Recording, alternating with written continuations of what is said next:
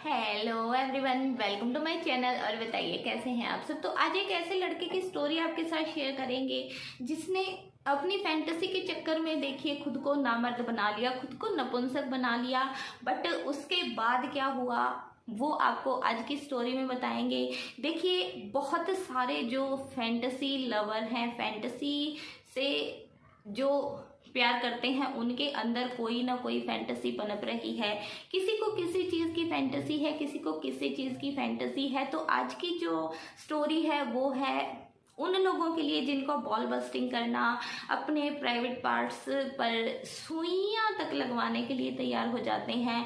वो लड़के का जो जीवन है वो जीना ही नहीं चाहते हैं। बॉल बस्टिंग की, कास्ट्रेशन की ऐसी कहानी जिसका जो बुरा असर था वो एक लड़के के दिमाग पर मतलब इतना ज़्यादा था कि भाई उसको उसके लिए नामर्द बनना भी मंजूर था। एक लड़का होता है रोहन। रोहन को जो बॉल बस्टिंग की फैंटेसी थी वो बहुत ही ज़्यादा पसंद थी। उसको हमेशा लगता था कि कोई मेरे बॉल्स को मसल दे, कोई मेरे बॉल्स पर हिट करे और उससे जो पेन होगा उसके बाद उसको जो रिलैक्सेशन मिलती थी उसी में उसका प्लेजर था। मतलब जहाँ पर इंसान की, देखिए इंसान की नहीं, मेल की जहाँ पर जान बसी होती है, मेल का एक ऐसा अंग जिससे उसकी आगे की जो पीढ़ियां हैं वो बढ़ती हैं, उसी से वो बच्चे पैदा करने लायक होता है, वहीं से वो अपनी मर्दानगी है जो वो दिखाता है। बट बॉल बस्टिंग की उसको ऐसी फैंटेसी थी कि भाई मुझे तो ये फैंटेसी फुलफिल करनी ही है। वो जगह जगह इसके लिए टक्कर मारता फिरता था कि भाई मुझे कोई ऐसी मिस्ट्रेस मिल जाए जो मेरे साथ बॉल बस्टिंग की, कास्ट्रेशन की जो मतलब फैंटेसी होती है उसको फुलफिल करे। रोहन को ऐसा कोई नहीं मिलता है। रोहन बहुत कोशिश करता है बट उसको ऐसी कोई मिस्ट्रेस मिलती नहीं है। पर रोहन के मन में देखिए ये चीज़ सवार थी कि उसको बॉल बस्टिंग की फैंटेसी कंप्लीट करनी ही है, उसको कास्ट्रेशन करना ही है। वो धीरे धीरे ऐसी दवाइयाँ लेना शुरू कर देता है कि उसके जो बॉल्स हैं वो नष्ट हो जाएं।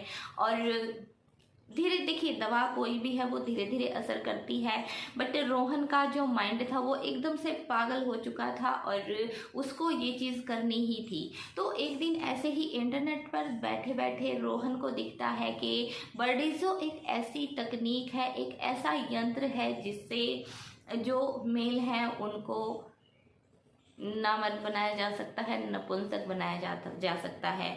ऐसा हो जाएगा कि वो अराउज ही नहीं होगा। और मतलब अपनी फैंटेसी के चक्कर में रोहन ने अपनी लाइफ का जो आने वाला टाइम था ना उसको भी साइड में रख दिया था कि अभी तुम्हारी जो एज है वो सिर्फ 23-24 साल की है। अगर तुम्हारी बॉडी के साथ तुम ऐसा करोगे, तुम एक नामर्द का जीवन जियोगे, तुम एक नपुंसक बन जाओगे तो तुम्हारे साथ क्या होगा, आगे की जिंदगी के बारे में वो लड़का सोचता ही नहीं है। वो बर्डिज़ो का जो यंत्र होता है उसको ऑनलाइन बाय कर लेता है और अपने बॉल्स पर उसका यूज़ करना शुरू कर देता है। अभी बर्डिज़ो आखिर है क्या, उस पर मैं 2 वीडियो पहले भी बना चुकी हूँ। ये एक ऐसा यंत्र है जिससे जो बॉल्स की जो नसें हैं उनको दबाया जाता है और धीरे धीरे खून का जो बहाव है ना, रक्त का जो संचार है वो आपके उस पार्ट तक जाना बंद हो जाएगा। तो धीरे धीरे वो जो बॉल्स हैं वो सूख जाते हैं और इन जो मेल है वो अराउज होना बंद हो जाता है। और रोहन को इसी चीज़ में है जो इंजॉयमेंट मिलती थी। वो इसी चीज़ को इंजॉय करता था कि भाई मेरी ये फैंटेसी है, मैं इसको फुलफिल कर रहा हूँ। बट उसको कोई समझाने वाला नहीं था, छुप छुप आकर वो ये सब करता था। और एक दिन ऐसा आता है कि रोहन पूरी तरह से नामर्द बन जाता है। वो किसी भी लड़की को देखकर अराउज ही नहीं होता है। उसकी जो फैंटेसी है वो फुलफिल हो जाती है। फिर वो खुद की बॉडी के साथ ही खेलता है। उसको लगता है कि वो किसी ऐसी लेडी का नौकर बन जाएगा जिसको ऐसे लड़के की ज़रूरत होगी जो नामर्द हो।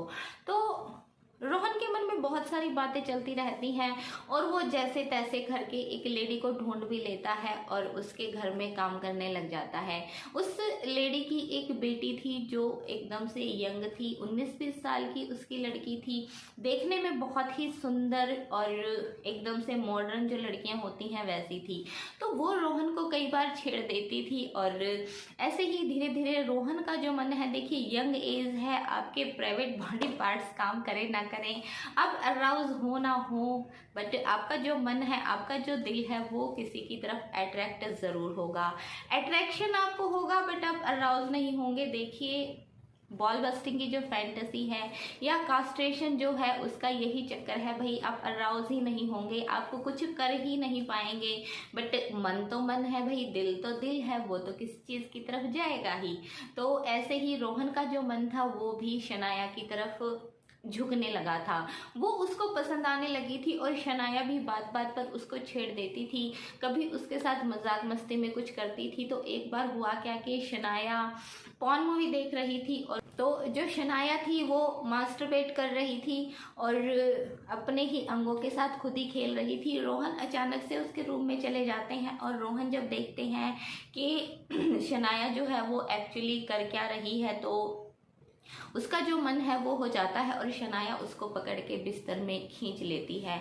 शनाया भी अपने पूरे एक कहते हैं ना मदहोश हो चुकी थी, वो भी अपन मतलब चाहती थी कि भाई कोई अभी देखिए कोई भी मेल या कोई भी फीमेल जब पॉर्न मूवीज देखता है तो वो उसमें इतना ज़्यादा खो जाता है और उसकी जो फिजिकल नीड है ना वो बढ़ जाती है। कई बार लोग खुद को खुद से सेटिस्फाइड कर लेते हैं बट उसी टाइम अगर कोई आपको सामने से आपके अपोजिट जेंडर का या कई बार तो ऐसा होता है कि सेम जेंडर का इंसान भी मिल जाए तो आप लगते हैं क्यों ना ये मुझे अच्छी तरह से मसल के ही डाल दे कि हाँ भाई मैं तो आज इसके हाथों मसली ही जाऊं, ये जो चाहे वो मेरे साथ करे। तो सेम वही जो हालत है वो शनाया की हो रखी थी। रोहन जैसे ही रूम में एंटर करता है शनाया उसको बिस्तर पर पकड़कर खींच लेती है और उसके साथ छेड़खानी करने लगती है, उसको किस करने लगती है, उसके बालों में जो फिंगरिंग है वो करने लगती है और वो उसको माथे से लेकर पैरों तक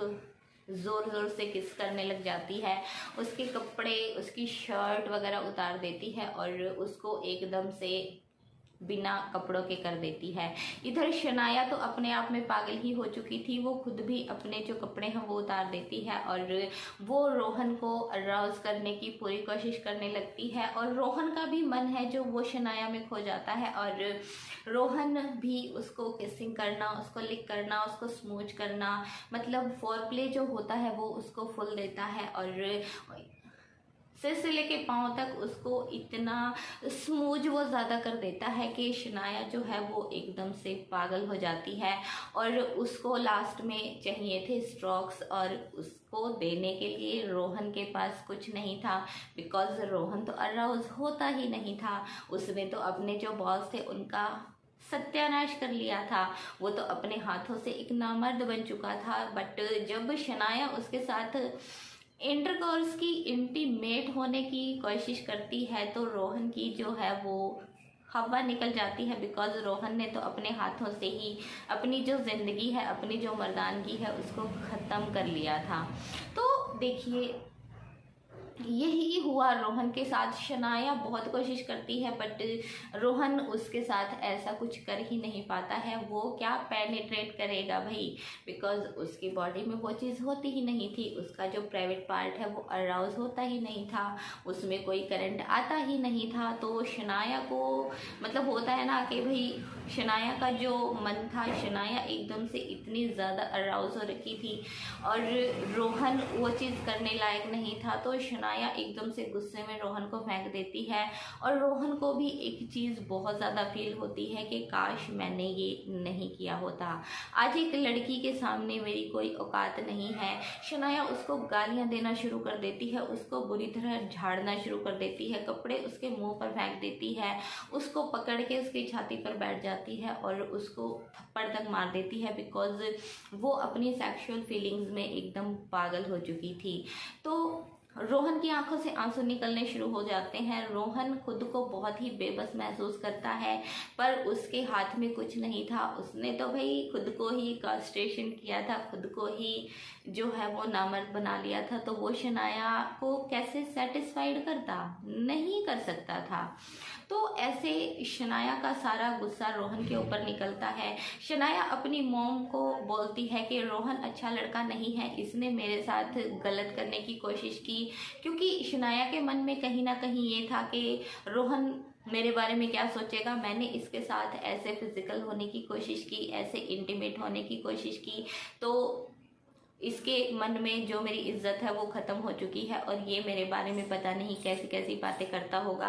अगर इसने ये बातें कभी मम्मी को बता दी या बाहर किसी को बता दी तो मेरी तो इज्जत की धज्जियाँ उड़ जाएंगी। और शनाया वही इल्ज़ाम रोहन के ऊपर डाल के उसको काम से निकलवा देती है। तब रोहन को ये चीज़ समझ में आती है कि जिस फैंटेसी को पूरा करने के लिए, उसने प्लेजर पाने के लिए जो ये सब किया, उस टाइम उसने ये सब क्यों नहीं सोचा कि तुम्हारे साथ ये भी हो सकता है। तो वही चीज़ देखिए, मैं बोलती हूँ कि किसी भी फैंटेसी को आप फुलफिल करना चाहते हैं तो उसको कीजिए, बट फैंटेसी को पागलपन मत बनने दीजिए। हालांकि जो बॉल बस्टिंग की जो कास्ट्रेशन है उसका जो सच है ना वो बहुत ही कड़वा है। मतलब इतना कड़वा है कि आप उसको सहन नहीं कर पाएंगे। तो ऐसी ऐसी फैंटेसीज को प्लीज़ अपने मन में मत पालिए।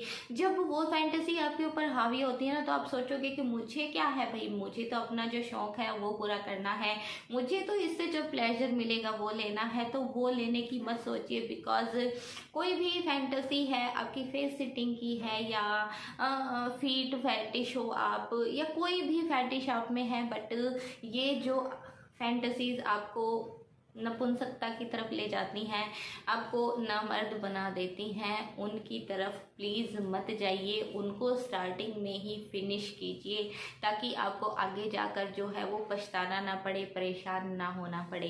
तो ये थी कास्ट्रेशन बॉल बस्टिंग की फैंटेसी की एक स्टोरी। तो आपको कैसी लगी ये मुझे बताइएगा, और प्लीज़ स्टोरीज से शिक्षा लिया कीजिए। ये नहीं सोचा कीजिए कि उसने ऐसा किया मैं भी ट्राई करता हूँ, बिकॉज मैं यहाँ बढ़ावा देने के लिए नहीं बैठी हूँ।